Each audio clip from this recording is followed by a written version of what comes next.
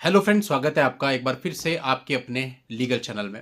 दोस्तों, आज एक बहुत ही सेंसिटिव मुद्दे पर, एक न्यू जजमेंट पर हम आपसे बात करेंगे। मेंटेनेंस से संबंधित है।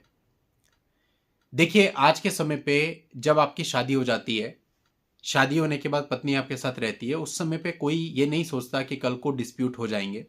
इवन कई बार तो आप प्रॉपर्टीज भी पत्नी के नाम पे ही लेते हो, और in any case of mishappening आपके जो बेनिफिट्स होते हैं जॉब के, वो भी पत्नी को ही मिलते हैं। आपकी जो प्रॉपर्टी होती है उसमें वो हिस्सेदार भी होती है। अब देखो, मेरा कहने का ये मतलब है कि आपके घर में हो सकता है आपके माता पिता भी हों। जिंदगी आज के समय अनिश्चित है। ये कहना कि मौत बुढ़ापे में ही किसी को आएगी, ऐसा नहीं है। आज के समय आप स्थिति देख ही रहे हैं कि अभी कल की घटना है, देहरादून में कोई रोड पे चल रहा था, दो पक्षों की लड़ाई हुई, गोली चली और निर्दोष व्यक्ति मारा गया। तो कुछ भी हो जा रहा है, यानी जीवन अनिश्चित है। तो यानी आपको पहले से ही ये सारी चीजें फिक्स करनी पड़ेंगी, अदरवाइज कल को आपको दिक्कत आ जाएगी। ऐसे एक नहीं, कई मामले हमारे सामने आते हैं जहां पर इस तरह की परिस्थितियां बन जाती हैं। पति नहीं रहा तो पत्नी अपने सास ससुर से भरण पोषण मांगती है। उसका केस भी चलता है और बहुत से केसों में भरण पोषण ग्रांट भी होता है। लेकिन जब वाइस वर्सा हो जाए, माँ बाप के पास सहारा नहीं है और वो पत्नी से भरण पोषण मांगने लगे, तो कोर्ट कहता है भैया तुम्हें अधिकार नहीं है। 125 सीआरपीसी के अंदर ये कहीं नहीं लिखा कि सास ससुर जो है अपना भरण पोषण मांग सकते हैं। तो माता पिता किसके सहारे रहेंगे? दोस्तों, एक छोटा सा मैं आपको एग्जाम्पल बताता हूं।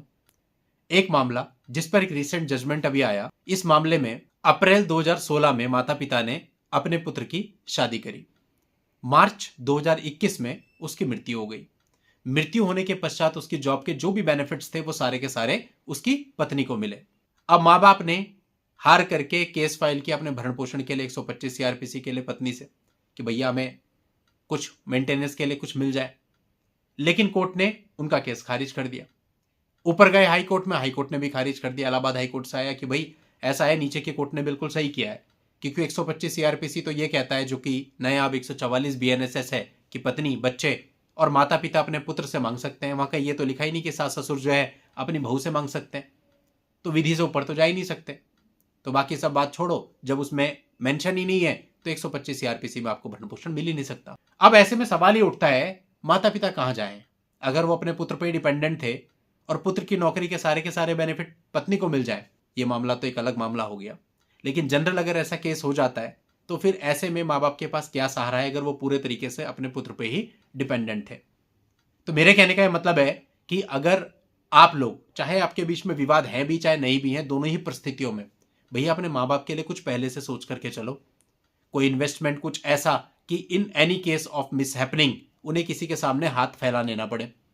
कम से कम इतना कर सके कि उन्हें 2-3 वक्त की रोटी आराम से मिल सके और अपना जीवन निर्वाह वो कम से कम कर सके।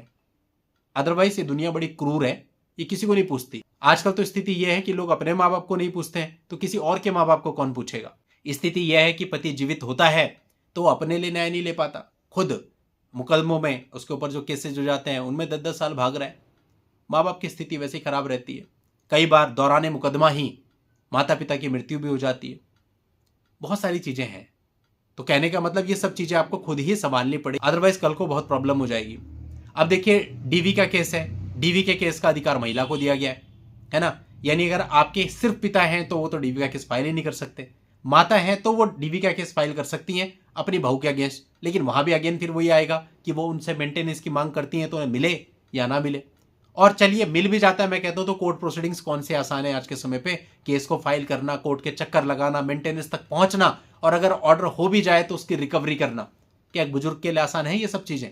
जब तक आप जीवित होते हैं इवन, तब तक तो आप ये चाहते हैं अपने सामने कि मेरे माँ बाप को कोर्ट में आना ही ना पड़े। मेरे पास जितने भी केस आते हैं सब फॉल्स में केस में सबको लपेट लिया, ठीक है मेरे ऊपर तो है ही, मुझे तो जाना ही है, लेकिन मेरे माँ बाप को ना जाना पड़े। हर एक की प्रायोरिटी यही होती है कि मेरे माँ बाप को मुकदमों में ना जाना पड़े।